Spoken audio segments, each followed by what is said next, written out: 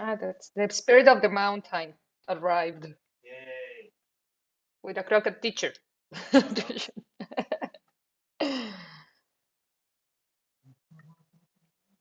Yes. Good morning.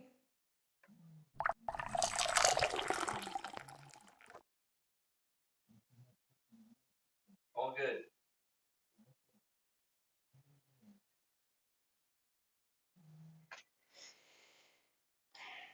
Are you online and Streamlabs, Twitch, all those things? It's all good. Okay.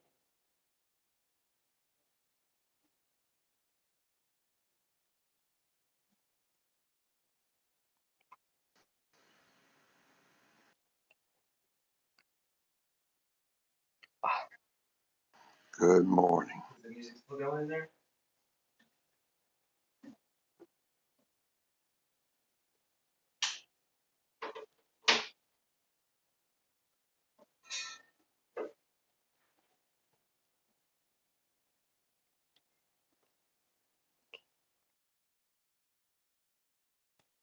Good morning. I think Tom is mute. Oh, Tom's not here yet. No, he's joining in a moment. Yeah, I saw him talking and on I don't know if he's talking to us. I don't think so. talking to the hills and the mountains and the stones.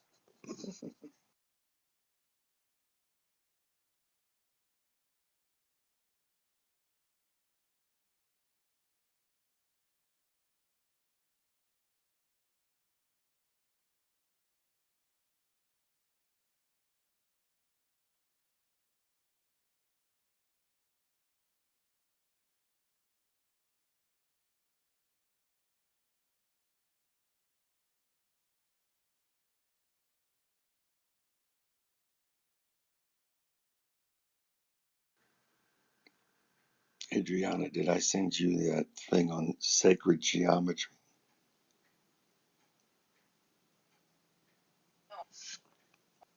Geometry from your side. I did receive the email yesterday. Thank you very much. And there's nothing to be sorry about. But thank you. Send me the link. Okay. You're on mute. Ah, it was your. It's Tom's mic. Tom's mic was on. I know. Who is it? Ah, yeah, Tom. Good morning. Good morning, Tom. I will go on mute. Here in my.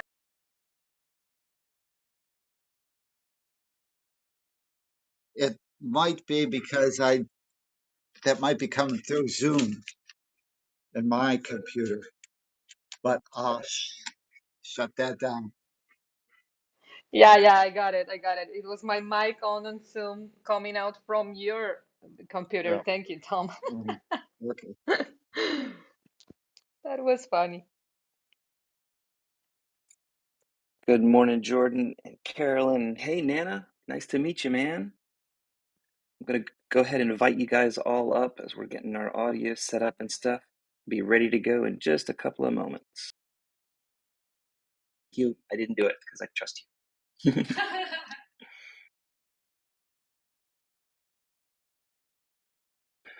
By the way, Nana, your name, always in my heart, buddy. That was my grandmother's name. And my girlfriend's name, too, I guess. Yes, I'm called Nana in my hometown. Sorry. Good morning, everyone. I hope you're having a lovely morning today. Hey, Jordan. It's great. It's great. I don't know if you guys have been watching the morning sky, but every morning I've gotten more and more excited. There is a planetary parade, and this morning there's like 6 or 7 planets in a row across the sky. I've had an amazing sunrise here, but we are really living in a special time. This is the last time the planets lined up like this. It was 946 AD, so more than 1,000 years ago since it's been like this. Kind of amazing. I remember that. It was a long time ago, but they sure were purty. Thank God we've got Mel Brooks here and a 10,000-year-old man. That's me.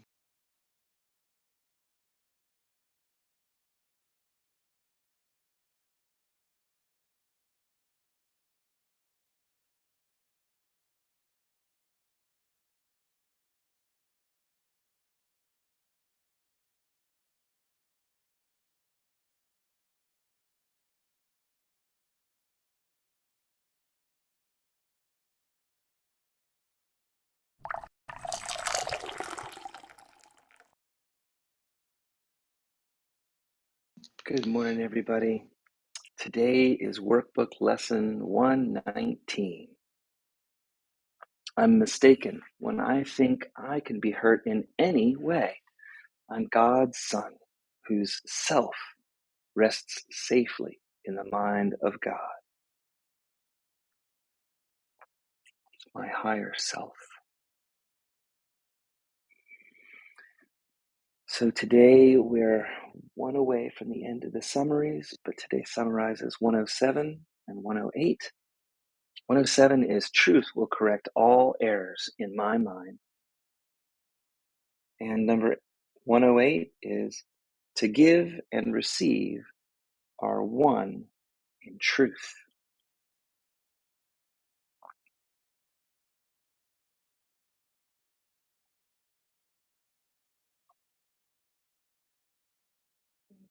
Yeah, I think I had that music cranked up a bit too loud. Sorry, everybody. I had already lowered it.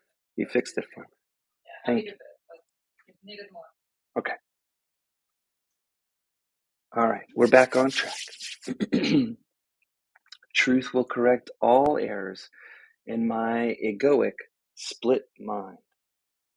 I'm mistaken when I think I can be hurt in any way. I'm God's son, whose big S self, higher self, rests safely in the mind of God. Lesson 108 is to give and to receive are one in truth. In truth, I will forgive all things today, that I may learn how to accept the truth in me and come to recognize my sinlessness. Today, try and remember that at the top of every hour, on the hour, truth will correct all errors in my mind. And at the bottom of the hour, on the half hour, to give and to receive are one in truth. Or if you feel like it, you can combine them for the extra points. Truth will correct all errors in my mind, and to give and receive are one in truth. I'm going to read through the notes out of Tom's book, Understanding A Course in Miracles workbook lessons.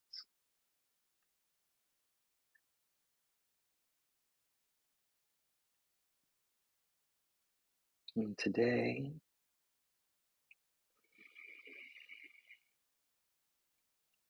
we're going to look at the correction. So I'm going to pick lesson 107 and read the notes on that one.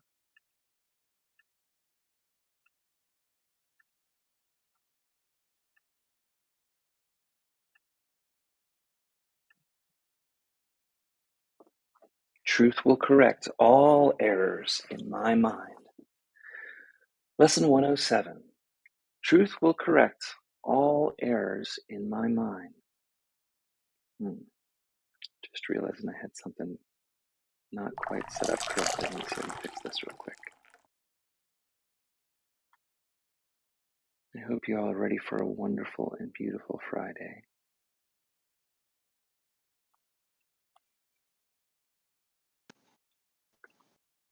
Here we go. That's the way it's supposed to look.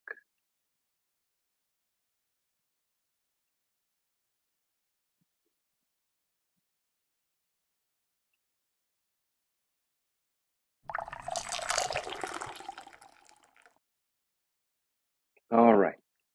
Lesson 107, Truth Will Correct All Errors in My Mind, presents a fundamentally different approach to the problem of how to correct erroneous thinking. An illusion cannot be corrected by another illusion. The false can't be made true. Erroneous thinking will continue until we recognize the error is not the changeless reality our mind had originally assumed it to be. Once recognized for the illusion that it is, the source of the error, which is our erroneous belief, can then be corrected with the truth. Errors are illusions that vanish when they're brought before the light of truth. Illusions only exist with a mind that believes the illusions to be real. Remove the belief that powers the illusion, and the illusion must disappear. All of our erroneous thinking is rooted in our belief that separation is real. Because we believe that we are separate from our source, we believe we suffer from lack, limitation, and that we reside in a fear-based world. We believe our will is different from God's will, and that we must take what we need from others if we're to survive.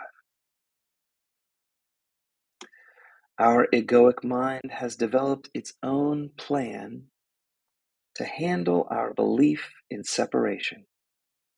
Perceiving the separation to be real, our egoic plan never questions or addresses the source of the problem. Instead, it assumes that separation is unchanging and attempts to manage and mitigate the effects that arise from that erroneous belief. All your ego's plans for your happiness attempt to manage and mitigate fear, but are incapable of eliminating fear because the ego's thought system is predicated on fear's reality. You can never escape fear within the thought system that is built to create fear in the first place. Coming from its belief in lack, the ego's plans for your happiness revolve around its fundamental belief in separation. The ego believes that there is something outside of yourself that could make you happy. The ego says that you will be happy when you acquire more power, wealth, health, sex, or fame.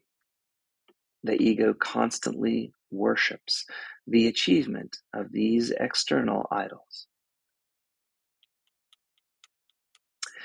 The ego claims that you will be made less miserable or happier when you obtain these external things. Yet even if these idols are obtained, the ego's plan still maintains your belief in limitation, lack, and separation. That is the source for all of your fears. If you obtain all the power, sex, wealth, health, and fame that the ego claims you need to be happy, you will still be afraid that you could lose them. After all, these items, being external, can be lost or stolen from you. As long as you believe you are not perfect, whole, and complete, fears will continue to rule your world. Your belief in lack will keep you in victim consciousness, perceiving yourself to be the body. Your life will be a constant struggle in which attack, counterattack, and grievances become the tools needed to make you happy. An illusion cannot be corrected with another illusion.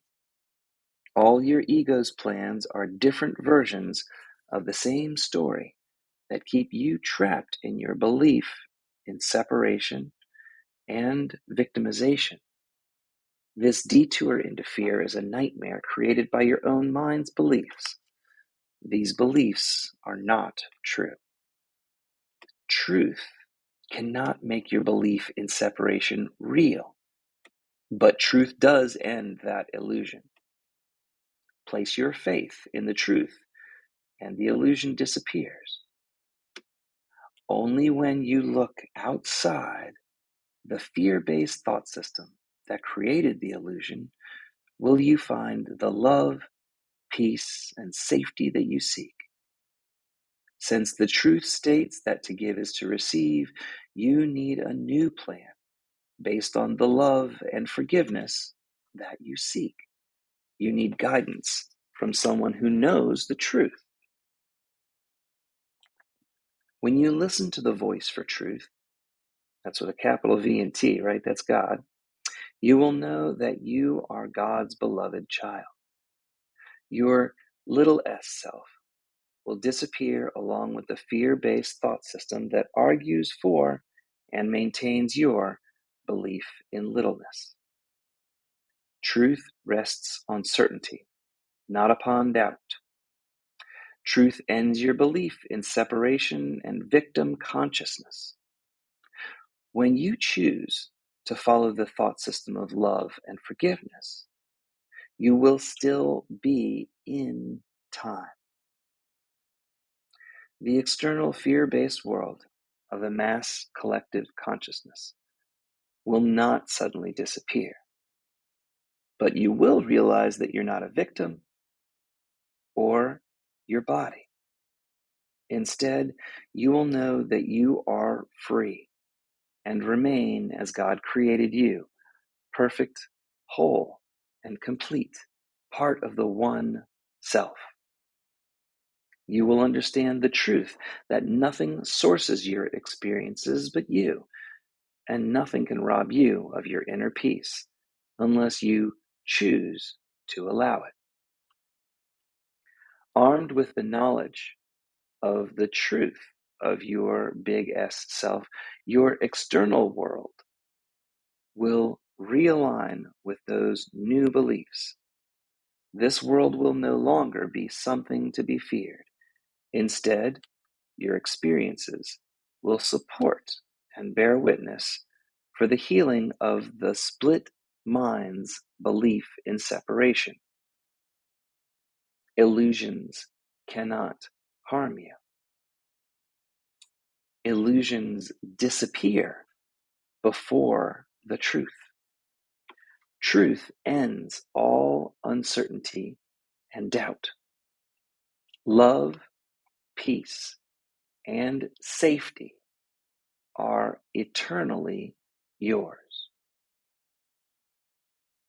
And the question of the day is, why will your acceptance of the truth not end time immediately? Something we've got to be here a couple of days before we know the answer to that one, don't we, people? Okay, I'll paste that in the chat and we can talk about it after I read through this short lesson one more time as I try and hopefully give you a chance to get into a theta state. And a theta state means we're slowing our bodies and our minds down to the point where we can become teachable at a really deep level. Truths seep into us at that level. So take a moment and take a deep breath. And if you can remember to continue to take deep breaths as I talk through where we connect all together down in the center of the earth. The people listening to this are all over the world. Over the last year and almost a year and 4 months that Dad and I have been doing this every single day.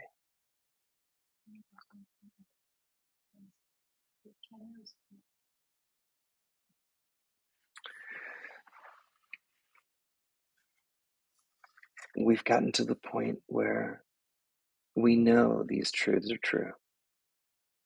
We've been reading this book long enough, and with the help of Tom and the books he's written, in support of Adriana, we've got a great team, and we show up every morning here for you. Today's day 119, and you can relax in this truth. It's the truth that will correct all errors in your mind. That's lesson 107. Okay.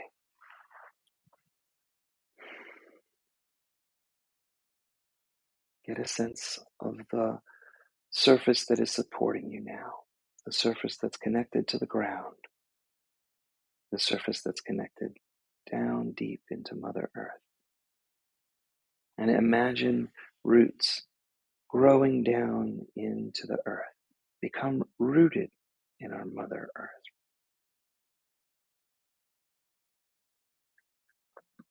Let that power rise up through you, up through each of your chakras, red, orange, yellow.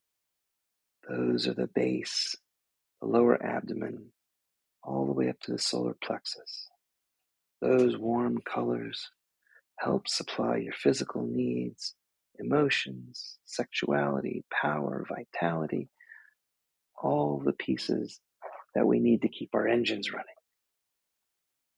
Work your way up into the green heart chakra.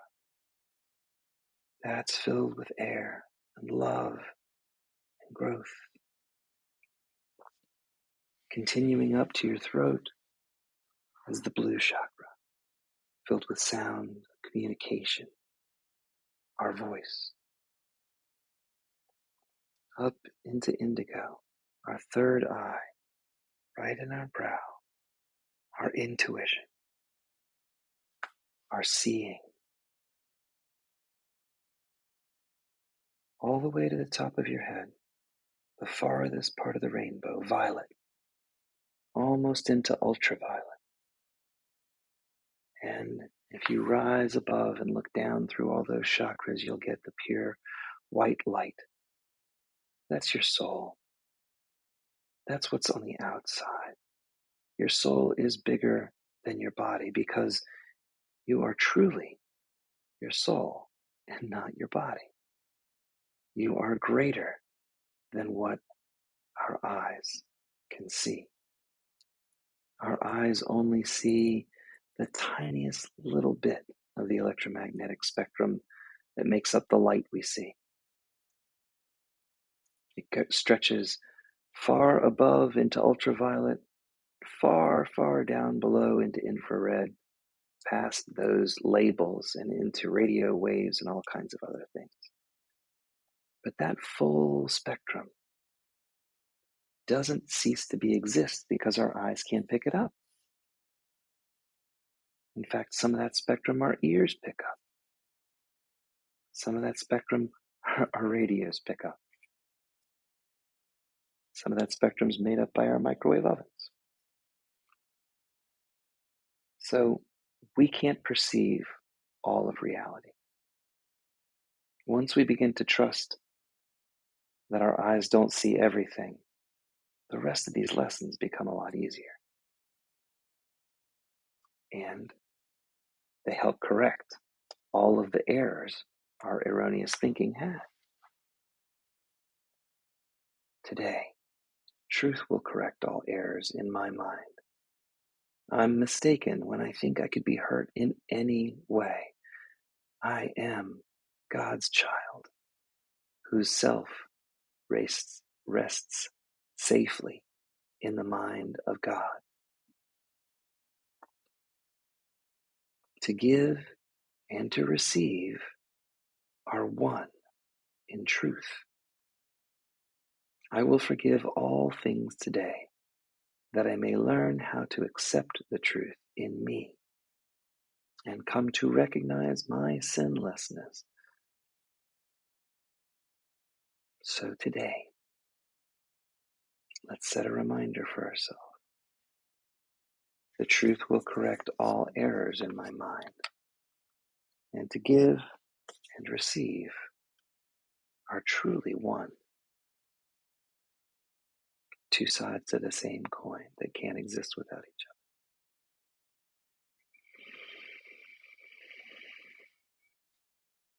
Take another couple of deep breaths and bring yourself back to the center.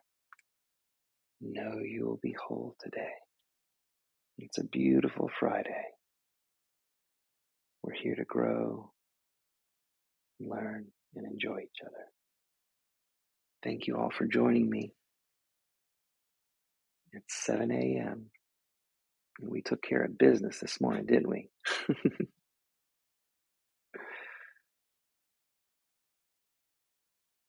I'd love to know what you guys think. I'm going to pause for a minute so you can share. Thanks, everybody.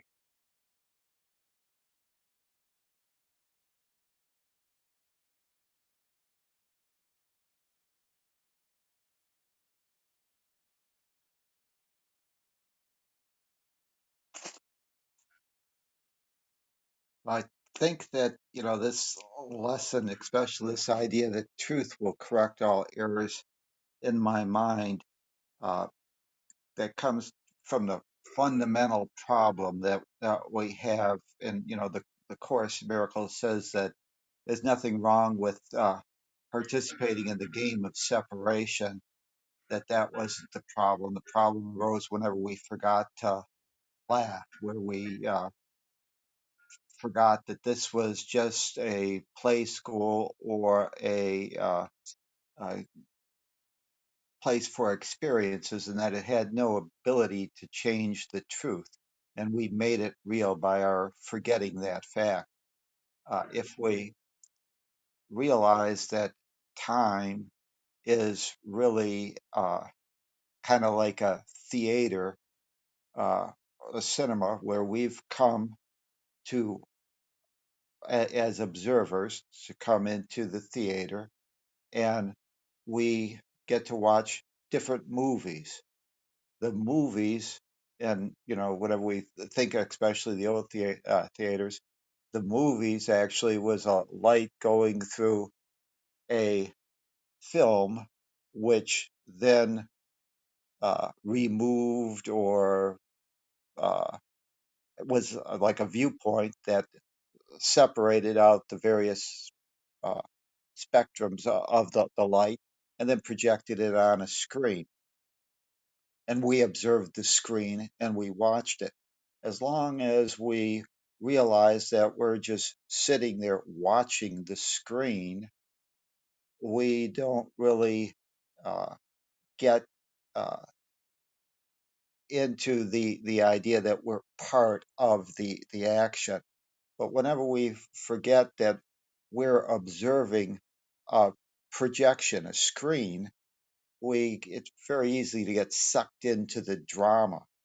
And then we start uh, making that real and think that that has some ability to impact the truth of what we really are. We're still sitting in those chairs, those theater seats, watching something play out in front of us for our learning experiences and lessons that we wanted to have to demonstrate what love would have us do in a world of supposed separation. But we're forgetting to laugh and realize that it has no ability to change the truth. When the movie projector stops, we get up and we leave the theater and we're still what we really are, which is our spiritual DNA. And it's this wanting to uh, sit there and, instead of just watch the projector and the movie go through and learn uh, and observe the lessons and gain some of those experiences, so that we can uh, better know ourselves, we want to somehow edit the screen. And on a mass collective time is, and the events that come our way are done on a mass collective conscious basis, and that we don't necessarily, as an individual sitting in the audience, have the ability to change that mass collective consciousness's uh, film. And so our ego tends to want to think that it should be the editor, director, probably star, and make changes in that projection that's happening out on the screen. You know, that's not our role. Our role is to observe, learn, and experience. And uh, it's above our pay grade, so to speak, to think that we need to make all kinds of edits on that screen. When we do, we misappropriate and we think that what's on that screen somehow has the ability to change the truth of what we are. It can't. And that's part of that idea of separation. And the truth will reawaken us to the idea that this is our play school, as opposed to this being a place where it's a life and death struggle for our uh, future happiness or current happiness. Thank you.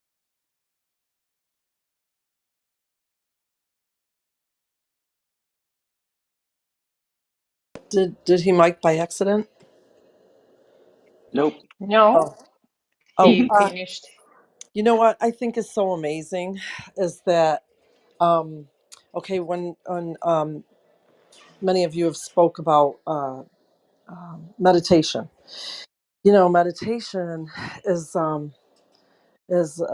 to me represents like the quieting of the the the habitual thinking and returning to a place of just being, and it's very peaceful. And and um, and then I thought of visualization and manifestation, and how we haven't just come here just to undo everything and just be. We actually came here to vibrate and to manifest as well. But what's really cool about meditation is it opens that space to then becoming creator and becoming the cause, because there are causes and effects, and when we're in victimhood we think that we're being affected by causes that are out of our control. But then we realize after meditation, and we've actually been able to go to point zero, which helps helps us understand, and definitely is part of this undoing ourselves in this course of miracles. um, and after that, then we can kind of have an illusion in a sense that would be fun. We can have an imagination and create something now, be the cause actually to what we're experiencing, to the effect, be the cause to and and feel the effect of it. It's just really like, to me it's like it's the purpose for being here at all, is to know that I'm the cause. So, and the vibration is that is what I continue to do. So I love this whole thing, man. This is ever great.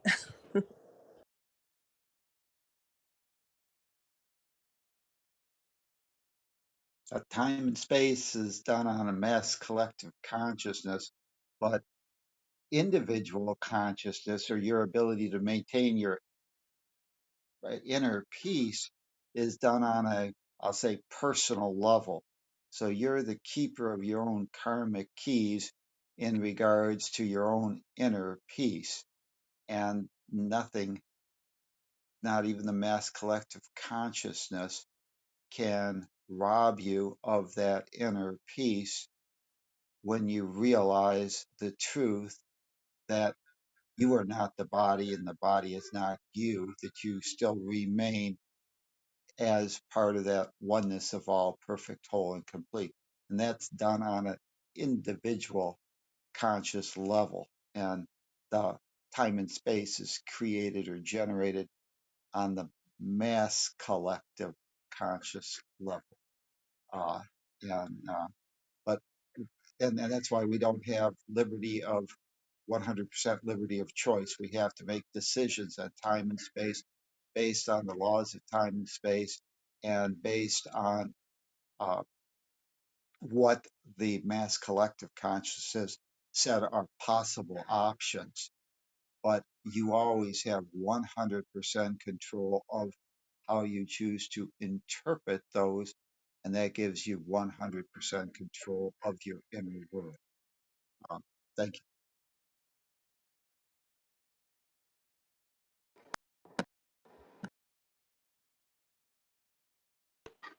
Yeah, I began to read.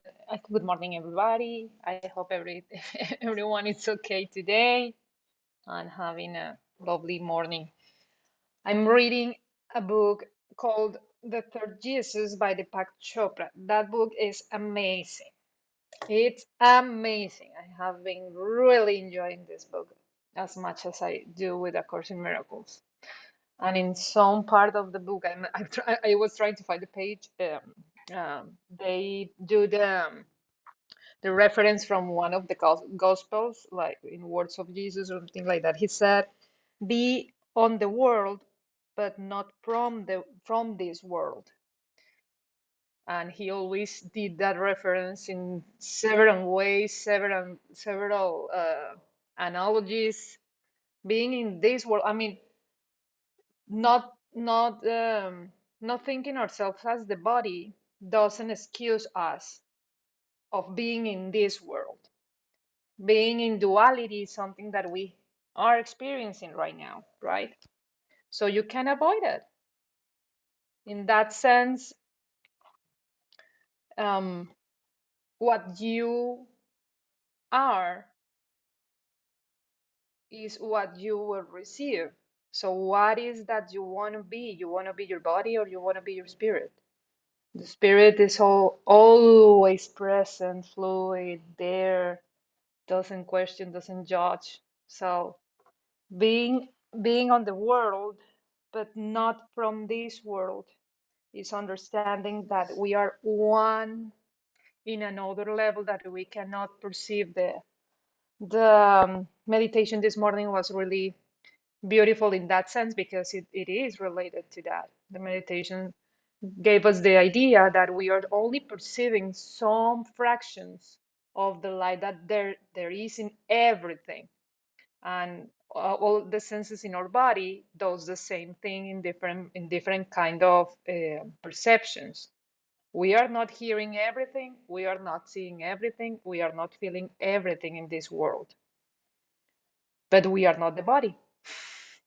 So for that reason, we should, instead of being so serious and fixing our minds in what should be more relaxed and accept and just observe and be witness of everything that is around us, because it is related to us in a deeper sense, and we'll always have a gift behind it if we stop trusting in our senses and having faith within our hearts that everything is there for a reason and we don't need to control it, and we don't need to know everything. The knowledge is not that you need to like eat books to be the most intelligent person in the world. The knowledge is trust and faith that something beyond your senses sustains everything around you, even the conflicts that you have. So I love what I encounter every single day, because it's an expansion. I mean, I haven't been in such an adventure ever in my life for so many days. I mean, I have been in reading this book since May last year. It will be like a year from that moment, and my life really turned upside down, and I'm really understanding deeply the importance of detachment of everything, even my own judgment, even my own knowledge in the sense of the information that I got from the past, the things that I understood, that kind of knowledge. Because now I I can have one single answer to everything It's just one. And it's so, sometimes it's so hard, but it's so simple that it really makes you giggle. Like, oh my God, I have been so dumb. So questioning yourself instead of asking for a higher perspective, for the light that there is in everything, will bring you always conflict. Because if you question yourself and others, you are not tapping into the real knowledge. So the trust that everything is okay comes from faith that you don't need to know, faith that you don't have the answer to everything, but you can ask for it and the answer will come to you because has been always there. And so I want to thank everybody because my answers to my prayers are now in this form of this a specific configuration that we are all gathering here, having this time together, joining experiences, sharing our emotions, sharing our own conflicts and our own challenges. It has helped me tremendously to really feel that I am one. I am one. I am the one. I am the light. I am the God. I am the Jesus Christ, just in another form. So I thank you, everybody. I thank you because this is a beautiful adventure and a beautiful experience, even though there's sometimes that it seems scary. Well, I think you're in a beautiful form too, but you know. So, um, this is interesting to me because the whole idea of knowing something is something that I've thought about a lot in my life. It seems to be parallel also with the idea of the opposite of separation. So that when I think of knowledge, knowledge is good if we use it in a certain way. But if it's simply a compilation of data, of facts that are not necessarily connected, maybe they are connected, maybe we're missing some to make that point clear. The idea of knowing stuff is almost the opposite of knowing yourself. Exactly. Yep. Thank you, Lee. And knowing yourself and knowing what to do rather than going through in your mind 11 different ways that you possibly could do that. Just knowing where you don't have to, run through pages in Britannica or whatever to try and figure out this, that. It comes back to when I'm trying to figure out what to do and I'm thinking about it, I could do A, I could do B, no, I don't want to do C, that's for sure. D might work, and I do all of that kind of stuff.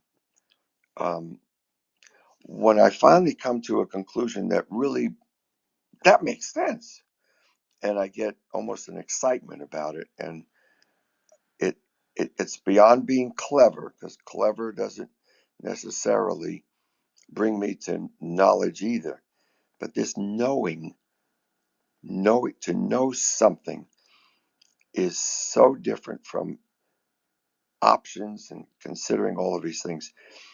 And when you think about it, the corporation, which some people believe it's really a human, that's what they have to do. When they make a decision, they have 10 reasons for it, and they go through 10 options, and they all consider it, and they go through all this stuff. When somebody knows something, they simply know something, period, end of discussion. There's no discussion. If that turns out to be something that could truly be, that is truly evil or something, then he really didn't know what? The truth. And that's what this thing is about. It's knowing the truth about the situation. And until we get there, we don't really know what's going on. And now, with the ability to have that, things start to work better, miracles start to happen, and all of life turns around and gets better. But as it says, it doesn't mean that we're perfect yet. It just means we know what to do here, we know what to do there. Most of the time we get it right. Sometimes we haven't read that knowingness clearly yet. So we need more time, which is for learning. When just one more point on this, I was reading a little bit back to some of the text in Course in Miracles, and I saw a reference that the fall, which refers to Adam and Eve leaving the Garden of Eden, has to do with getting away from singularity with God, who is the singularity, if anybody's looking for the singularity, and everything else is dual. And we started the problem when we ate from the tree of knowledge of good and evil. As soon as we began to separate things, then we brought in all kinds of evil possibilities or bad possibilities with nasty outcomes. Who needs all that stuff? Those are all illusions anyway. So the nice thing about the idea of possibly returning to a consciousness within the Garden of Eden again would be to know that there is one God and that's all there is. And there's no argument in our minds anymore. Plenty of argument among other people, but it's very comforting, and it's realizing that things are a lot simpler than we might otherwise have thought. Thanks. Yeah. And that's why when we try to be teachers, we always fail. But when we are a learner, we will teach. It's funny. It's funny because really when we try to put ourselves with the concept that we had in our experiences and in our lives, like the only truth there is, like if all those words and all those concepts were the only truth, and you go and teach that that is the truth, of course you fail. But be a learner and learn from anything, from everybody, from every experience that that has to do with you in some form, and what you knew will be um, like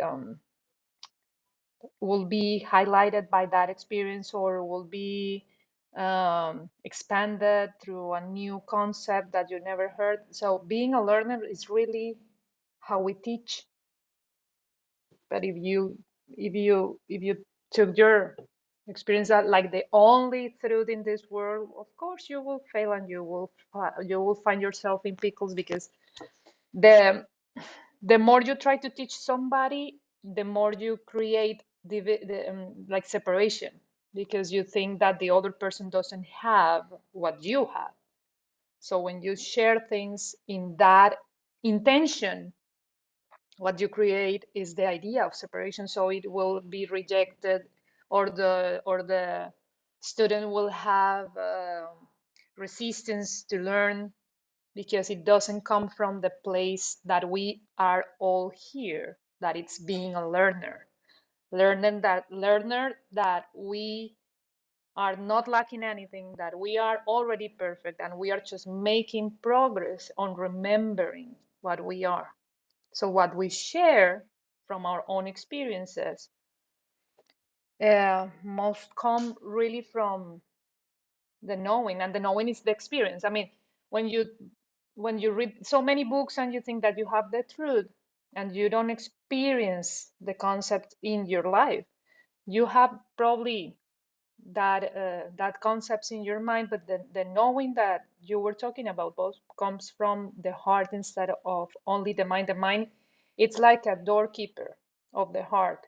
So the concepts for me help me to open that door to the knowing, to like the strong sense of trust that doesn't come from the mind, because in the mind I have all words, all concepts, all numbers, all it's all a bunch of symbols that I have to put in order for me to just be here and know that I'm here and that whatever is going on, I am okay and I am full, complete, and I am just the same light as everything.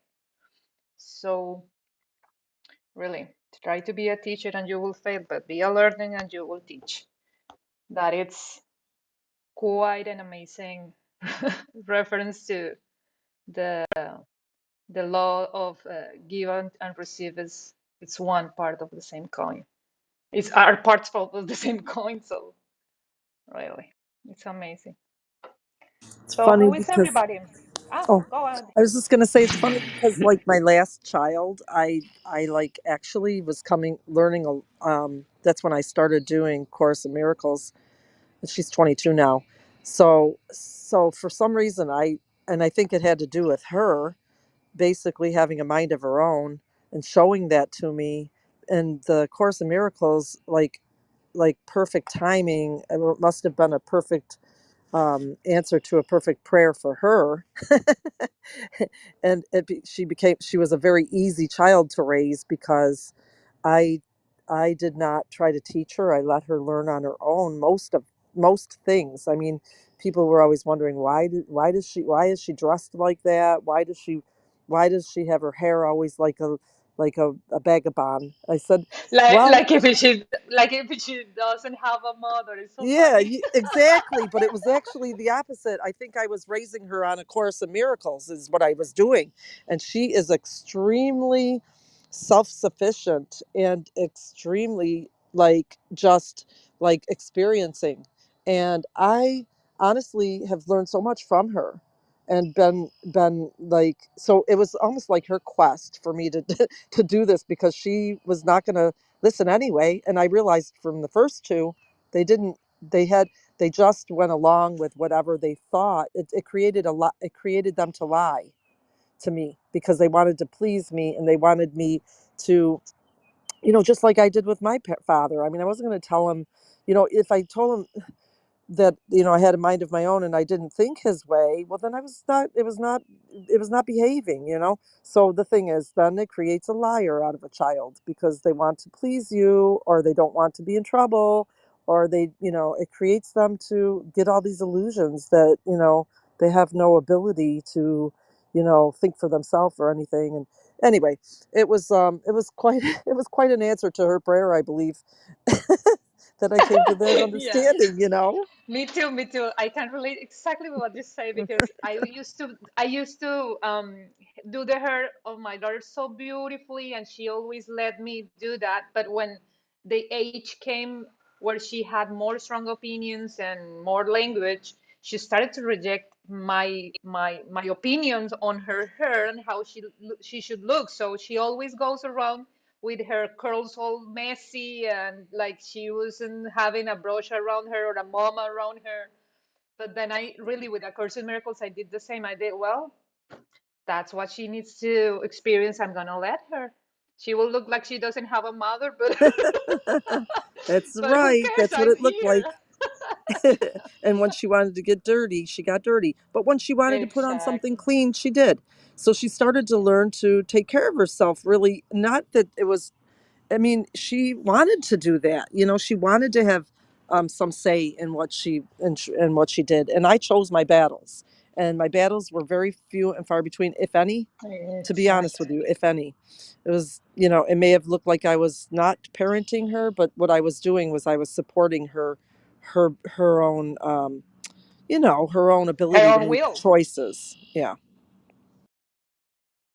So cool. That is so cool. My mom did that as well. I remember one time when I was really strongly defending my point of view in a class, and I was really against the way the teacher was teaching something because I knew that it was not a right thing to teach. I mean, it wasn't the message of the teaching for some reason. I don't even remember. It was something in between religion or history. I don't know. I don't know which one of it was, but I was really mad that that this teacher was teaching this kind of misconceived perception on something. So I was strongly defending my position, and the teacher made me go to the principal's office saying that I was too revolutionary, to like rebellious or something. I don't know how it is, how is the word perfect here, but it was like I was too. Uh, he called me ah, like when you are against, so like against the the status quo or something. I don't know. So my mom has to be called with the principal office to have a chat because this girl was too stubborn. And I thought my mom was going to be mad at me. And what a surprise I have, because my mom heard entirely what they have to say, and I was just with my head like down. I was like, I don't know, I remember that I was like 14 years old or 13 years old. And then my mom, really with a really rested face, she said, well, you know what? I totally agree with my daughter, and I think you should do this because of that, and she gave reference to my concepts, and they were all like blown away because they didn't get what they expected from my mom, and I was blown away because I was, oh my god, my mom really gets. So it's funny because really we need to be willing to not have it our our way in some form in order to let the younger ones to experience their own power.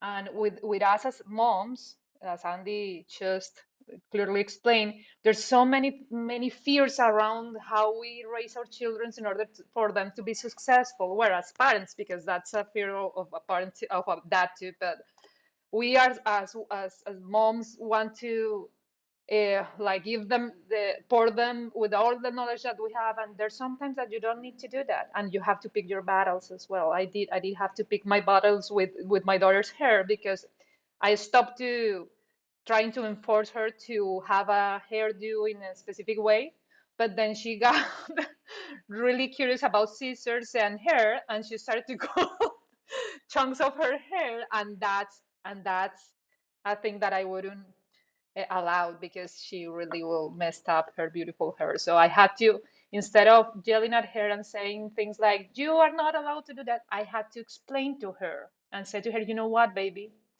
you came out of me and you are a part of me. When you cut your hair, it's like you are not taking good care of some part of myself.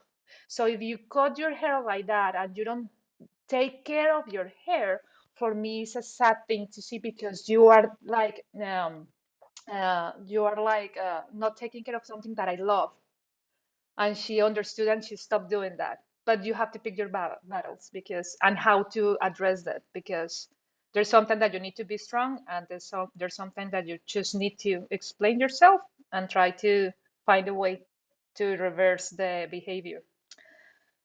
And yeah, try to learn instead of teach every single time. What a beautiful memories that you made me have right now, Andy. Thank you. I think your point teaching is very poignant. And yesterday, I I made some comments that caused some discomfort with some folks, and I started off by saying I don't agree with what had been said, and it's not important necessarily to revamp that. I'm just want to say that your way of looking at it, that teaching is sharing, and sharing, it is when it's right. When you're sharing and you're explaining the way you see it, even though it's not in agreement with the way others see it, that's a good thing if you're sharing it. And then they can choose whether they accept it or not. And that's fine either way. That would be true sharing, offering it, and explaining it when Lee and I first went to the course for teachers that was taught by the editor of the Course in Miracles, the COA version. That's what that was all about. And we were taught to make sure that we stick to what's in the book. And if there's a question, go back to the book. And sometimes I'm aware of what the book had said. Sometimes I might not really refer directly to what's in the book, but give my own opinion. I don't think there's anything wrong with expressing one's own opinion if it's understood as an opinion. The problem comes, and there was a problem, and I have apologized for my part in that to the particular person that I offended, is the stance that it appears that I'm taking as a teacher. I don't have a piece of paper on the wall that says I'm a teacher. I'm older than most people in the room, all I guess, and I'm speaking from my own opinion. Sometimes it's hard, and so I appreciate that I've had some discussion after yesterday's talk or yesterday's meeting that it would be helpful, perhaps, if I understood it more from the point of view of sharing. I completely agree with that. I hope that everyone understands that none of us up here is God incarnate. It says that, the fact that you understand this or understand that, and you have this opinion, which seems to be similar to what's in the book or exactly what's in the book, is all good. And I hope that's maintained. And I intend to be more careful. I usually have not in the past interrupted someone. I did one time yesterday, and I regret that. But having said that now, I'm sharing what I understand here at any time, and it doesn't necessarily have to agree with others who also are quite familiar with the book, and we can share. There's nothing here that's dictatorial, and it shouldn't be understood that way. I hope I don't come across that way as speaking the only way. And if challenged, meaning asked about it, I'm happy to say, here's where this comes from. And that's all. I wanted to say that the idea of sharing is very important to me, and it's an insight I needed for something else completely unrelated. And that is that I have a renewed discussion. I'm having a renewed discussion with my wife, Susie, who has been asked to work with the teachers in Liberia at some point. Well, there's several ways to do that. If you're a teacher and you have a teacher mentality, you can send them a bunch of books and say, here, read this, learn it, and that's all you need, books. But that's not what I see as teaching. I think teaching is much more sharing, and Susie's best teaching, from my understanding and watching and seeing the results, is when she has really shared with the folks in art especially, the development of a consciousness of being an artist, not techniques of how to do this pencil work and that pencil work and using a ruler. One of the first exercises we had to do in school was take a newsprint pad, which is a big 24 by 36 inch pad of paper, and just draw lines across freehand. And they all had to be as straight as possible. And everybody agonized over this because the first thing that everybody seems to say is, I can't draw a straight line with a ruler. And now we were asked to do this, and we found out eventually we could do it pretty well just by practicing it, trying it out. And so I think that teaching is an attitude, and we have to be careful how we use it. I think sharing works absolutely the best. So thank you. Thank you for all your sharings then, because they teach me so much. I love you very much, Bob. I love you too. Thank you. You're welcome. Okay.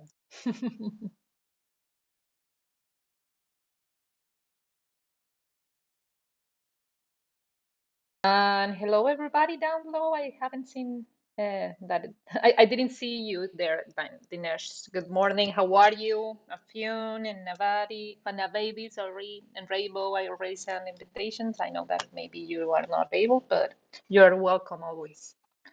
So I hope you all have a wonderful, wonderful Friday morning. Hi everyone, good morning. Hi, Dinesh. Good morning. It's a beautiful word, insight. You said it a while ago, Bob. That word for me has been so powerful always, and now I get why. This word, I I encountered this word in my career when I was doing digital advertising. Whenever I had to have like a pitch with a client, I have to first find the insights of his challenges, of its challenges, because if without that information, of course, my proposal will lack of understanding.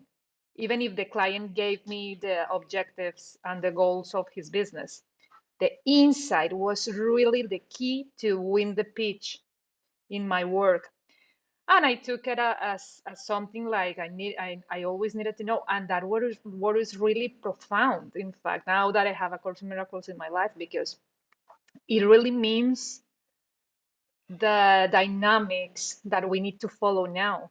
It's the insight. It's going inside of you instead of trusting of what's going on outside. It's going inside of your what? It's in the light. It's in. So when you have insight, you get enlightened and you can find your way out of darkness. So it's a beautiful word, and I'm so glad that you brought it up, because I have that word in a special place in my mind. The insight.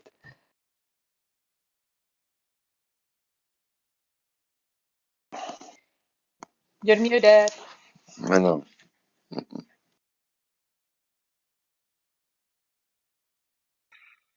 I really appreciate you all being here. I want you to know, as we get closer to the top of the hour, I said I would remind you to set a reminder for yourselves. So as we come up on the 8 o'clock hour, the suggestion that we had from our lesson was to read that first one. Truth will correct all errors in my mind. And the more peaceful we are, and the more insight we have, the more we allow that to happen. Our ego, my ego, I'll talk for myself, my ego fights that tooth and nail. But Andy brought it up earlier. It's the meditation that's helping me quiet the ego so that I can hear that truth. And I tried meditation a lot of times in life, and I think it's working better than ever. I'm using my own I'm using my own meditations to come back and listen to help guide myself. But whatever works for you, if you can find a way to quiet that mind, you can get back to the truth. Thanks for being here.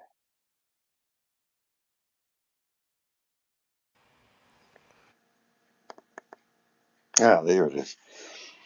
I don't know who keeps on silencing this, but I'm having a I lot of just trouble silenced you. It sometimes. was me. Sorry. I was hearing a tapping while he was talking. Sorry. I was the one It who was.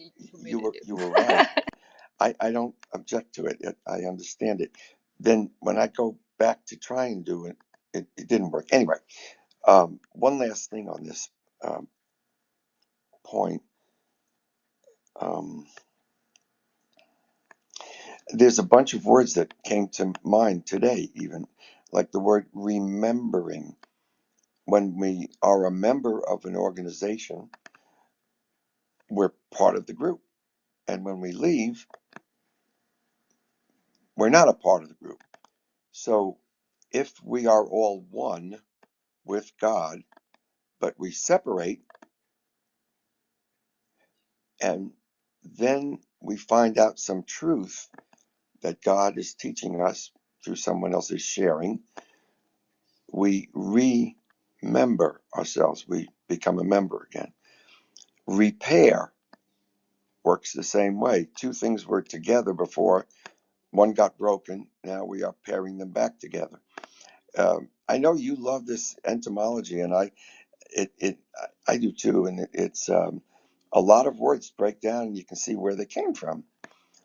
Um, and it's a lot of fun when you find one of those neat things like present, one of my favorite words. Thank you.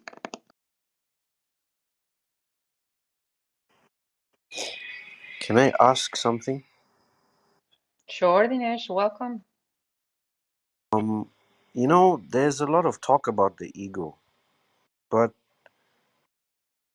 I don't know. I've been hearing this from a long time. Your ego, your ego, your ego. But isn't your ego your ego? It's part of you, and I feel that it's a deprived part of you. So if it comes out for a reason. Either you're being deprived of something, or abused of something, or mistreated or misled. That's when the ego comes out. But isn't the ego part of who you are, and it's been God made you with it for a reason, so that just like He gave you a feeling of love, or a feeling of care, or a feeling of etc. etc., He's given you an ego as well for a reason. Don't you think that to neglect, or just abandon the feelings of your ego, of course if it comes out for the right reason,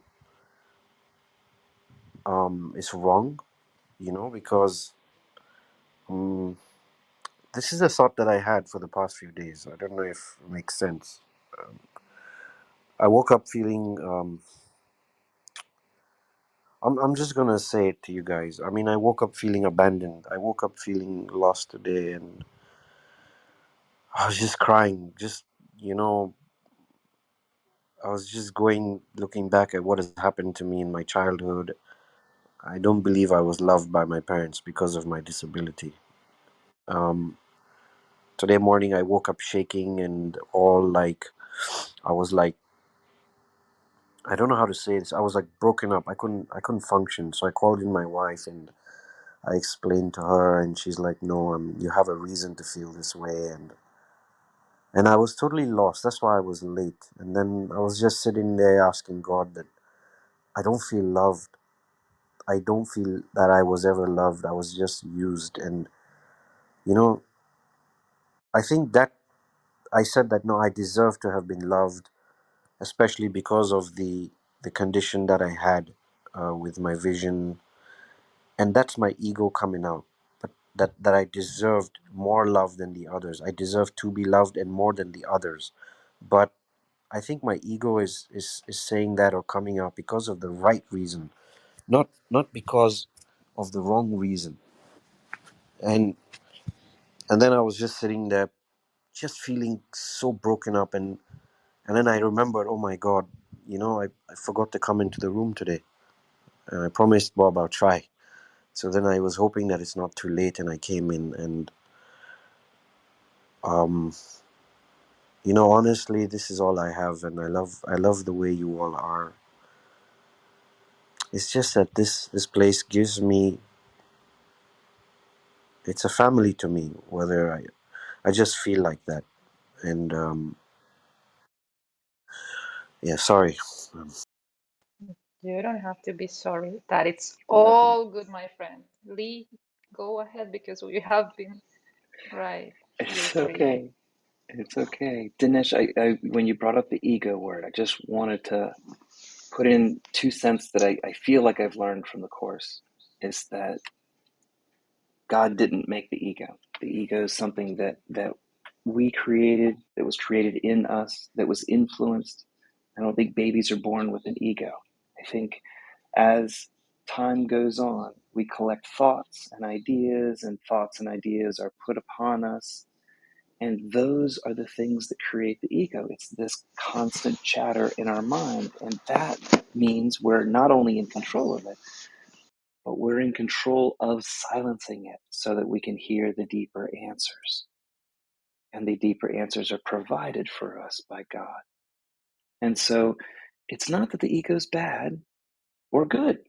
It's just, it's our set of thoughts that are almost compulsively, continuously happening and remembering and forecasting and judging and judging and judging. And we can forgive it and let it go. We can learn from it. We can choose all kinds of ways to make it positive in our life.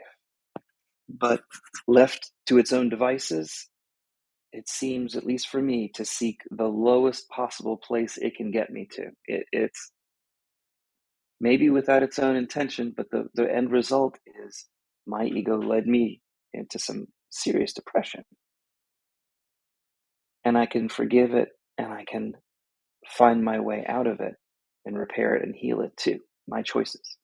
And that's what I'm here to learn. And so that's why I'm a student of this course. And that piece works for me because the course does teach that the ego is basically the enemy to some degree until we can help train it to help us.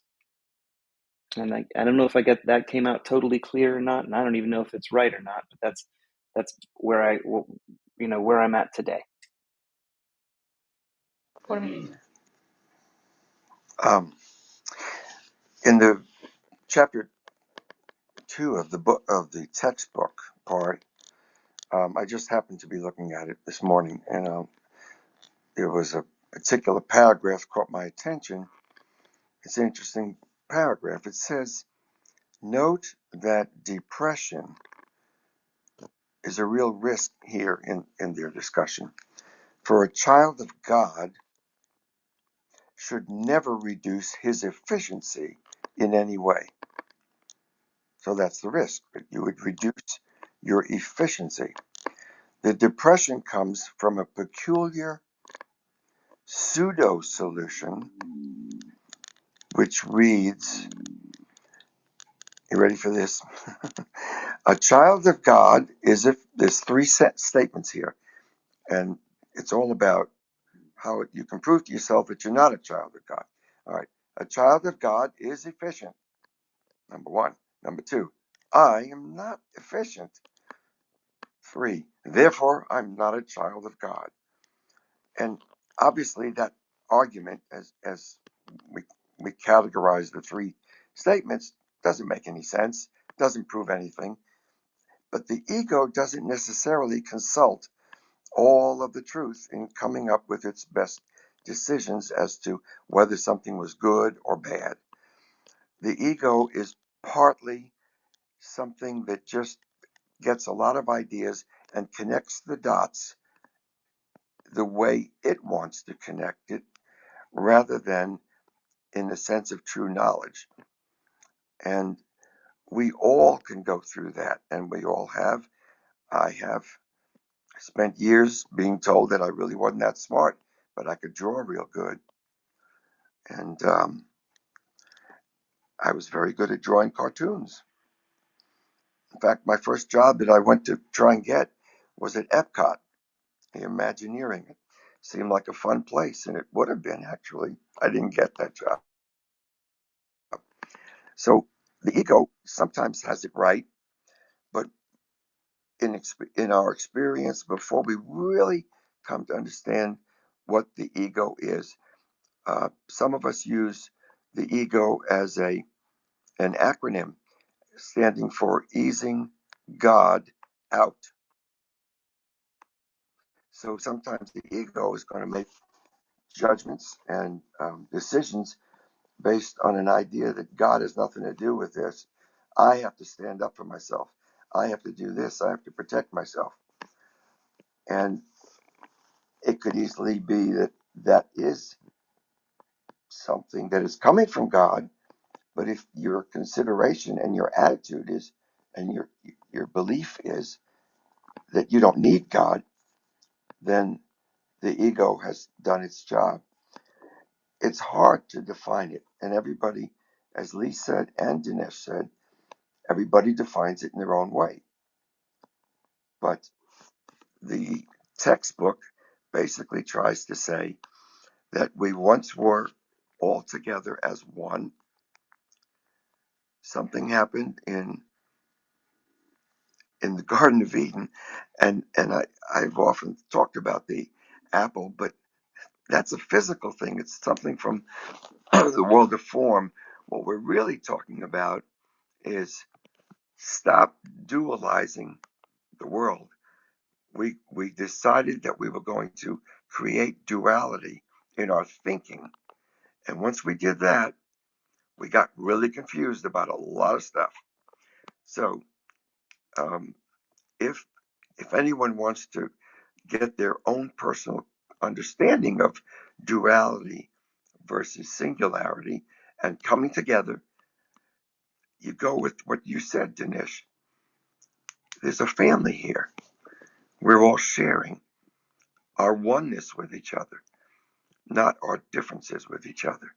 We might have different opinions, but we're still one in the overall scheme of things. So I'm so glad you are coming again, and that I think you'll find that you'll feel better about a lot of things. If it came to your mind this morning, then it is a problem, but I think you'll find the solution here because you'll I find can, other people have been there. Yes, I go want to for it. share something that just came into my mind for Dinesh. Do you know, Dinesh, that God is colorblind? He must be colorblind because if he is pure light, he doesn't perceive colors or forms in any matter. So you are the most closest to be God in this room because if you have something with your eyes that makes you feel like you can be the same as everybody here, then you just need to figure out that God is blind. He doesn't see forms because he is the forms. He is all the colors. So he doesn't discriminate anything. For him, there's no colors, there's no forms. He is blind. He doesn't see. So you are a son of God exactly because you have those kind of challenges in the level of the form. When we come to this world, we don't see shapes as we see them as an adult because our eyes starts to just adapt to colors. That's why babies are more like interactive with specific shapes and colors. So we are always building up concepts that try to like enclose the light. God is light, and therefore the light, the pure light, doesn't have any specific color. It is all the colors in one. So you might think as well that you are that because you have experienced the world without the full spectrum of differentiation or a sense of splitness that we have. The ego is the belief that you are a body, that you are separate from anything else. So you have to you have to go through your life making concepts around everything that you see, because you think that all the things are apart, but all the things are just partial perceptions of one single light. So when we grow up, the first relationship with that notion is through our parents, and they always will give us experiences on love and in fear that we have to overcome through the rest of our life with other kind of relationships. We are experiencing the light through relationship because we think we are a body in this experience. So that's why we need to be on the world, but not from this world, because in this world you perceive things with your body, but you are not your body. You are made exactly from the same source that we are all are made of. So you are the same light as me, and even you are closest to God, because God is blind, my friend. So I don't know if this helps you, but all the sense that you have, that you have been abandoned, is just I really believe in this idea, because I have tested myself. It's just an idea of separation. In every single cell of your body lies the same energy that we all have. So we are all family, and we are all part of the same source. And I'm glad that you're here, because for us it is a gift. And for you, I hope that this helps you to feel really at one, because that's all there is: oneness, light, and love. Okay? Thank you. I used to be blind. I'm okay now. I had a surgery. I used to be when I was a little boy.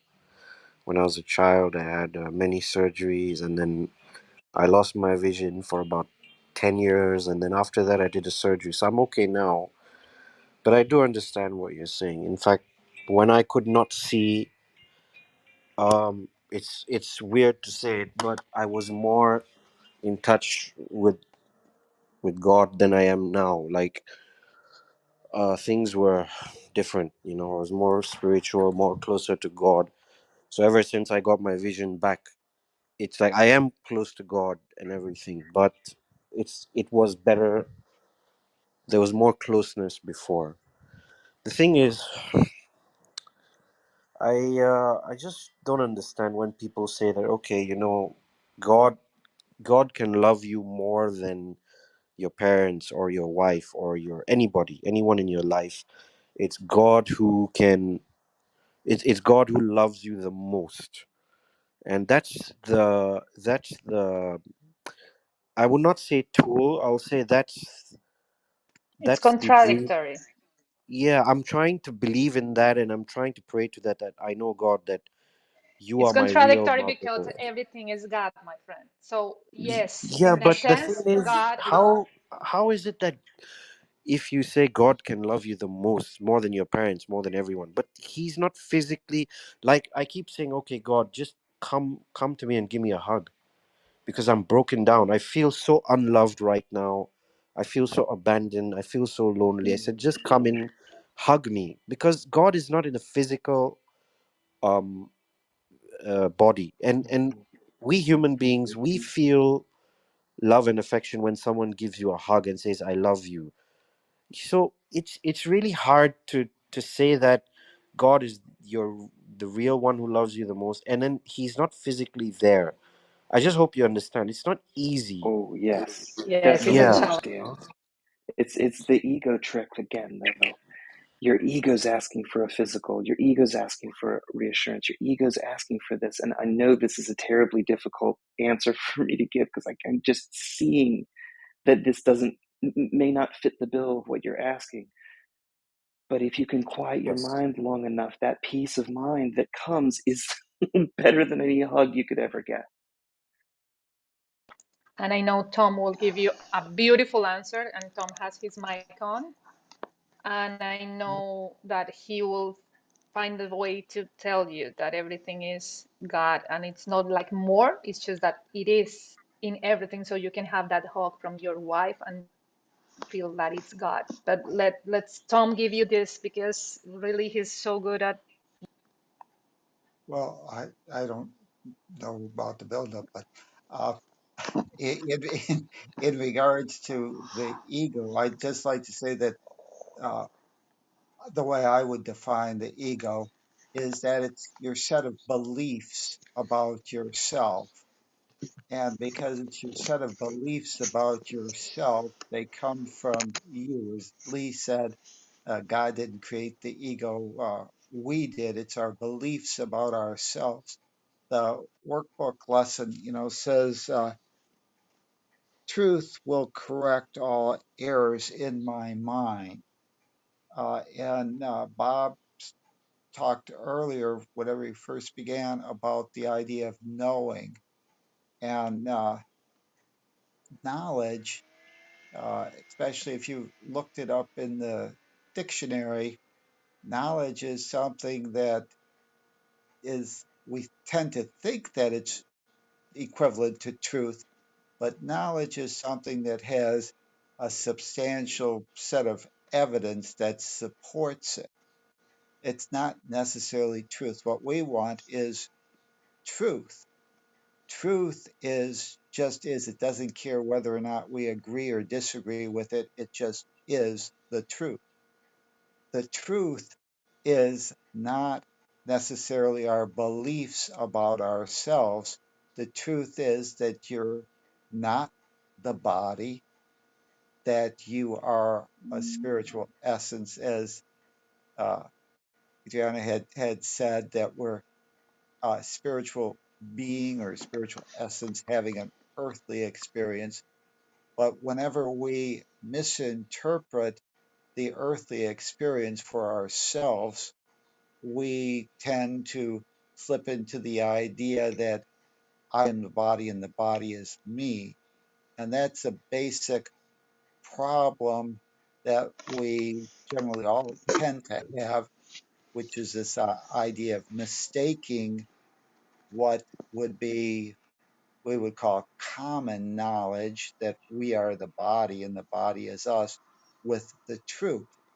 The truth is that we're not the body, that with or without the body, I still exist, because your consciousness, your, uh, well, I prefer the word consciousness, but we might call it mind. It's not the brain, it's not the physical organ, but it's consciousness, your awareness. And so, what we want to just be aware of is it's our ego's misperceptions. A lot of times, what we call common knowledge turns out to be common misperception. Now, there was this idea that the earth was the center of the universe. We had plenty of evidence when we looked around, because we were standing on the earth, to assume that it was the center. But that turned out to be common misperception. And we need to be aware that this idea that I am the body, or that I am a physical being, and that I cease to exist if I don't have the body, that's a common misperception. And once we change that, then we start realizing the truth. That Lee said with the idea of the meditation, you start realizing what you truly are. But, you know, since the ego is your set of beliefs about yourself, that means that you have the ability to choose different beliefs. And if you start questioning the indoctrination that we've received, start questioning the idea that because I'm blind at birth, that somehow I'm not perfect, whole, and complete, or that I deserve special love, or more this or that. Uh, that's part of our ego's belief system. And if we go and we realize the truth of what we are, uh, we start realizing that this is not what we've been indoctrinated into believing about ourselves, just isn't true. So try and move from this idea that I'm an earner to a learner. Try to start accepting the love of God uh, as your birthright and something that's given. Because if we understand what psychologists are telling us about our mind, whether we believe something is true or not, it's that belief that makes it become our reality in our own mind. So, uh, what I would suggest is we write an ego for everyone and everything. We write an ego for God. The ego that the belief in separation tends us to create is an ego of a judgmental God, a God that's not love, and that's a misperception. It may very well have a lot of evidence and may be supported by a lot of things of this world, but that's not the truth. That's a common misperception. Change your ego of what God is and make God a God of unconditional love. And you'll find evidence, as Lee said, perhaps not when we're tied into the physical world so much, but whenever you go within, you'll find evidence of that truth. Um, so I don't know if that helps, but because the ego is your set of beliefs, you can decide that you are God's beloved child. And if you understand how the mind works, that belief will start telling your senses to go out and find evidence to support that belief. And as you find more and more, your senses start reporting back those additional information, those things that are supporting that idea, that belief will become stronger and stronger and stronger until it will move from uh, an uncertainty to a certainty. So, one of the things that I often say is, God's flow, unconditional love just flows. And that flow is continuous. And all that I can do is try and block that flow. And so one of the ideas or affirmations is today I accept the love of God because it's there out there, but it's my refusal to accept it or my refusal to think that I'm not worthy, that there's something wrong with me, that I'm not lovable. And that's my own egoic belief.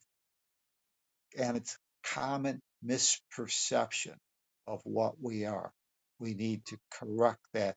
And as this lesson says, the uh, truth will correct all the errors of my mind that think that I'm not worthy of God's love.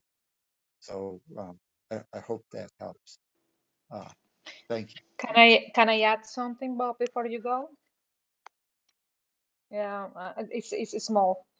Uh, there's another thing that helped me a lot to my own thought process of really understanding the concept of oneness. When you said God loves you more than your parents, you are stating again the separation idea, because then you are making not equal your parents and God, but God is within everybody. So if you just change the phrase like God loves you because you had parents or something like that, it will give you the idea that love doesn't have any kind of dimension. It goes and runs through everything. So God loves you, that's it. And your relationship with your parents is just an analogy of how different or apart you think you are from that concept of God, that it's light, love, and that's it. That way you can find yourself learning all over again every single day through forgiveness the idea of separation, because we are not apart, not from our parents, because we come from them in a physical level of the form, and not from our real source, that it's God, because really that the light is all there is. So we are never apart. And what we do every single day is try to make progress on the idea that we are fully whole and complete and part of God itself. So I hope this helps. Go ahead, Bob. Thank you for giving me the opportunity to share. Certainly. Dinesh, this is amazing. You have just given me an opportunity to understand the fundamentals of this entire course from a different point of view that makes it ever more incredible. And what do I mean by that? Well, you just finished sharing with us that you spent 10 years or so blind. What does that mean? If I can put myself in your moccasins, so to speak, like the Indian, walk a mile in his, I could walk 10 years blind. What does that tell me? What is that experience like? And I can only guess that the only thing that is real that can explain the truth in this world as you go through it blind, because you can't see the forms that are there, and you can't even see the furniture or the street curb. You have to depend upon what other people tell you. They therefore formulate for you a definition of what's real and not real, what's true and what's not true. You hear a noise when you're blind and you think it's a car because you're on the street, but it's not anywhere near you. You jump back or whatever. I can't imagine what it would be like. And frankly, of all the people whose stories I know something about, I've heard from, Tom is the guy who grew up being told he was the devil incarnate. He was everything evil that anybody could possibly be. When he was taught that, it wasn't that he looked like a devil, he wasn't red, he didn't carry a trident, but his mind was the evil equivalent of the devil himself, the worst possible piece of shit on the earth. And yet, he spent, when he finally realized what's going on, all of a sudden he realizes none of that was true.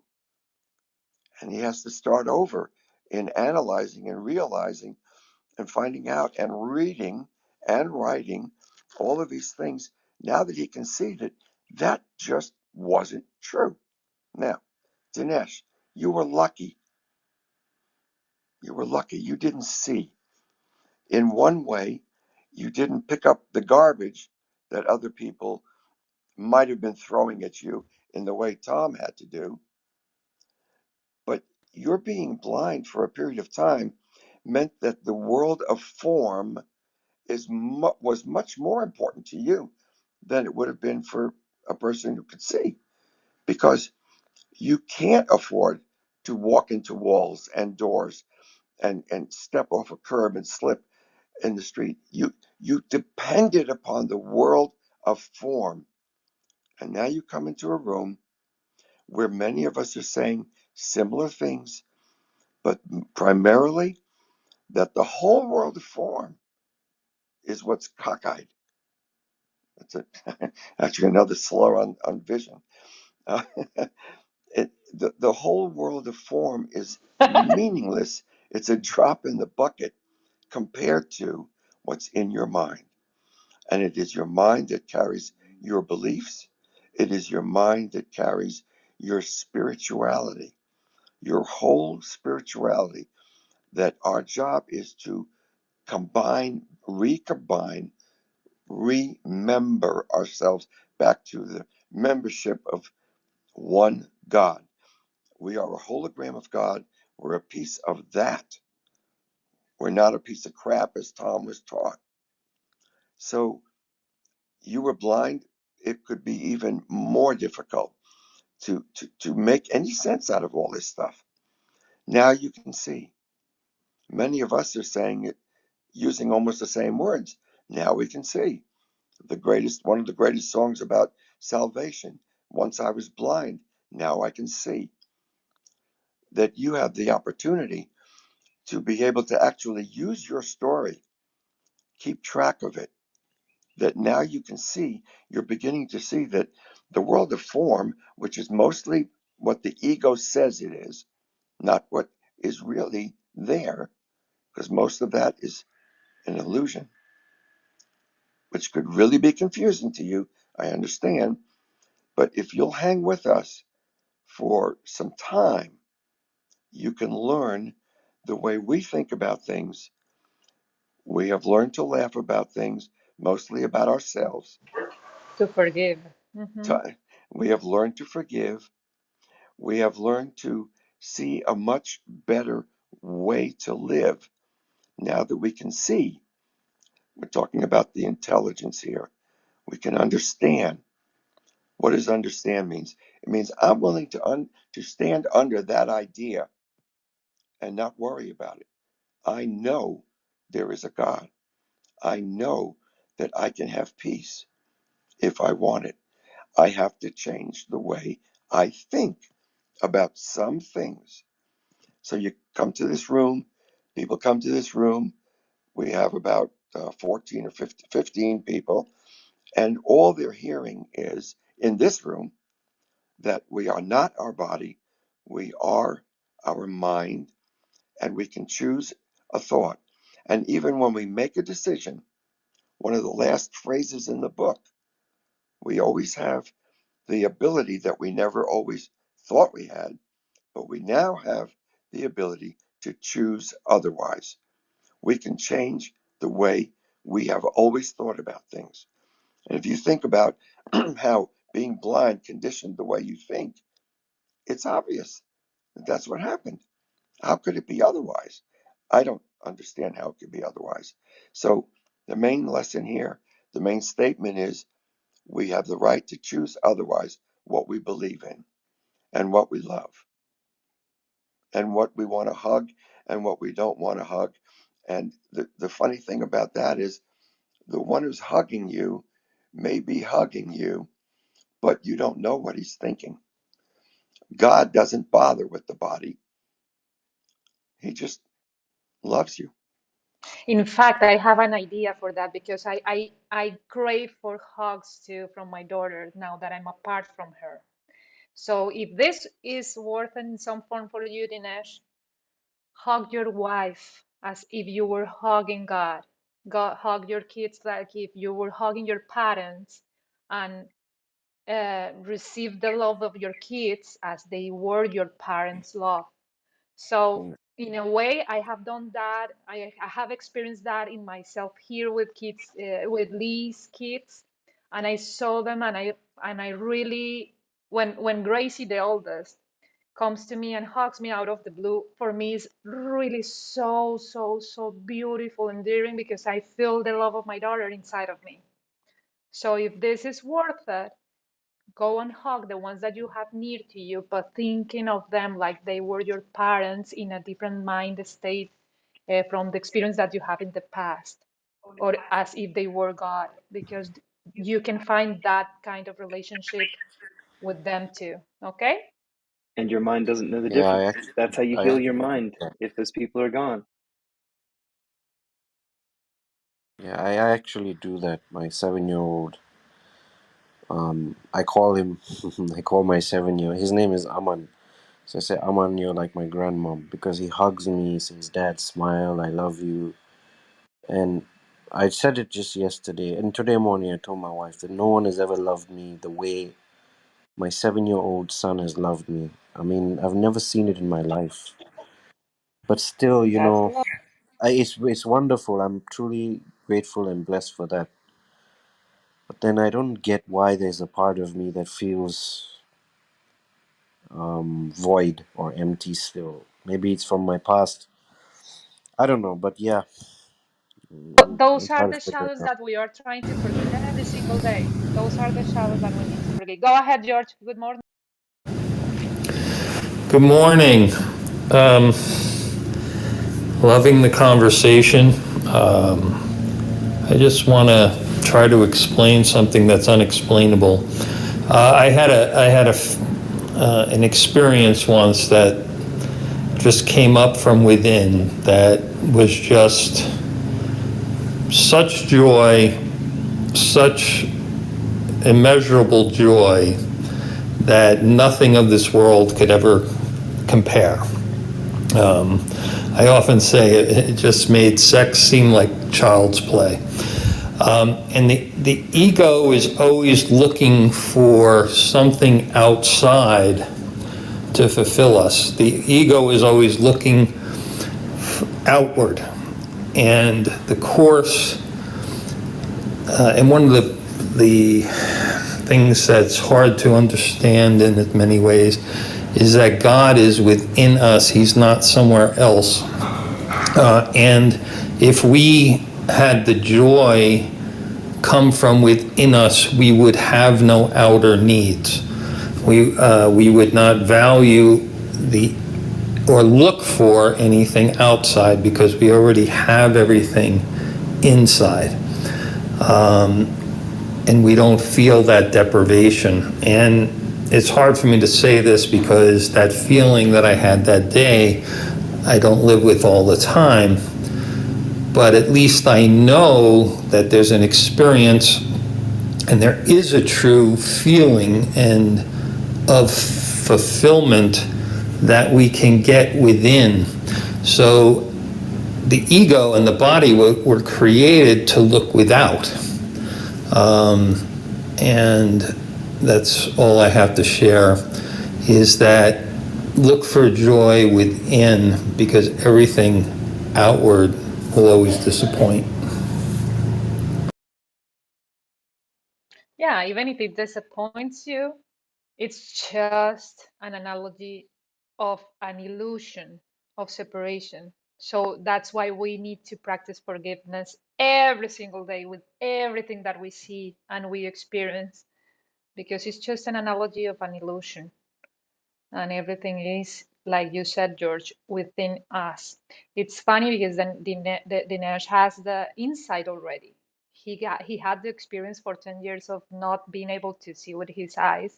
So you know the dynamics of having insight to trust of other things that are not the sight, in order for you to move around the world. So you're now learning how to move in the level of the form in a reverse mode, because your senses are giving you experiences and fear, but you have the insight, that is the trust that everything happened for a higher reason and you don't need to know why, but you just need to have faith that every time that you ask for seeing the light, the light in everything, you will be given that view, even in the most scary scenes that you had to go through in your life, because there's light there. It's just that we don't see it yet. So I want to give you a virtual hug right now. So I'm going to say goodbye for now with that idea. I'm hugging you from afar, but hugging you. And I hope you have a beautiful day and a peaceful mind today. Don't let your mind fool you. Those are just illusions. And the insight that you have is the trust that God is in everything. So you can go and hug whatever or whomever you want and you feel God, because God is in everything, in you. Be careful about hugging anything you want. I mean, you could get in a lot of trouble. Okay. On the other hand, Dinesh, I have to tell you even one more thing, and if you have a chance, I would encourage you to take the copy of this recording and listen to it again from the beginning, because we're all reaching for things to share with you that we see as an analogy, which doesn't mean that you're going to be able to see it like we're seeing it at this point. Perhaps hearing it again, it will help. But I want to say that when you said just a few minutes ago that when you hug your child and and he comes and hugs you, that there's nothing like that. I watched my son on Zoom and he just started to cry in the finest kind of spiritual experience that you gave him, because his son, now think about this, his son loves him undeniably, always has. However, these days he is so engrossed in his phone with a million games on it that he can sit on the couch and play those little games and ignore everybody else, because that's where he is right now. He is 8 years old, right, Lee? Yeah. So I can understand what you mean when you're talking about a 7-year-old and how much that means, how much it means to him that you're there. Whether or not people believe in gender differentiation and stuff, I'll tell you that it's my opinion, and that's all it is, that we can come with an abundance of male thoughts and concepts or an abundance of female. And some people claim that they got into the wrong kind of body and do all of that kind of stuff. But a boy loves his father in a very special way. A girl loves her father also in a very special way. And it's not in the same way, but who cares? Love is still love, and each of them has their own way of expressing it. To know that you are loved, even by one person on this earth, convinces you that you are lovable. And if you are lovable and someone else doesn't love you, it's their problem. It's their unfortunate way that they have accepted the rules of life. And what we try and do here in A Course in Miracles is understand what one of the greatest, or the greatest, depending upon your background, spiritual teachers who ever lived, that's undeniable, is teaching us here. As I think you know, we feel that Helen, who did the physical part of bringing this book to fruition and to even to physicality, was inspired. She had the spirit inside her, or spiritual discernment, that this is more true to the nature of our existence, that there is one God and we are all part of that family. And each of us is going through it with a human experience, as Adriana said before. All of us, I know, wish you well. Probably also we would agree, we hope you do come back and just listen to us. We read the book. Lee reads the book every day, and we think about it. We meditate right here. And I think you'll find that life will get a little bit better, a little bit better. And then, then there'll be a hiccup or two. And say, all that stuff they talked about was wrong. And then you come back the next day and you say, oh my God, there's so much love here. So I'm glad you're here. Glad you're back. Keep coming back. And I hope to see you many, many times. Thanks. Thank you, everyone, all of you. I'm grateful. Bobo, you just said thanks a lot. I'm gonna You're try. welcome. I'm gonna try. Okay. We're I'm going to have to leave now. It's about it's 2 hours now. No problem. Yeah, I'll wrap it up. but yeah, Today was well, lesson 119. Set a reminder for yourself. So we're coming up on the bottom of the hour. So we're a little bit past it. To give and receive are one in truth. And if you can just set one reminder for yourself, then put it all together. Truth will correct all errors in my mind, because to give and receive are one in truth. We can choose to dwell in truth today by giving our egos a pass and quieting our mind and listening for that truth. So set a reminder for yourself, and tomorrow we'll be back for 120, the final review, where we review 109 and 10.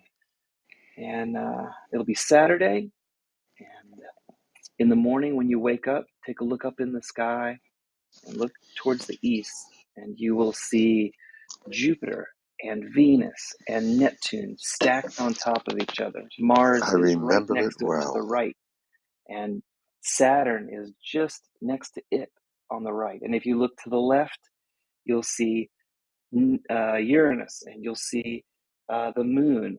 All these planets are lined up right now in a really special way. We're alive in a really You can special do time. that with an application that it's called Sky View, because if you go outside and you watch the sky, you will not see And I'll it. put a picture up in our Facebook group that I took this morning with all of these planets in a line. I think it's even if you go far enough, Pluto's there in a line. They're all straight. So we're in a special time, and enjoy that time today. Blessings to you all. Have a great day. Amen. Namaste. Amen. Bye, everybody. Namaste to the spirit of the mountain. Bye, guys. God bless.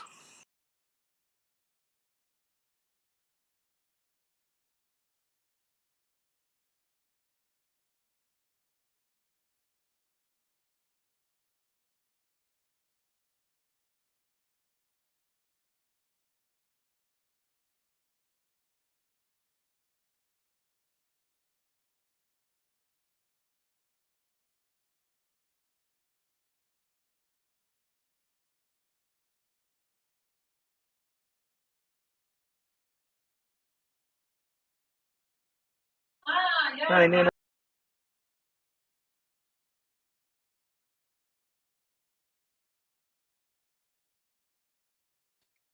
I'm glad you're here, Nana. I hope you all have a fantastic day. I'll see you tomorrow.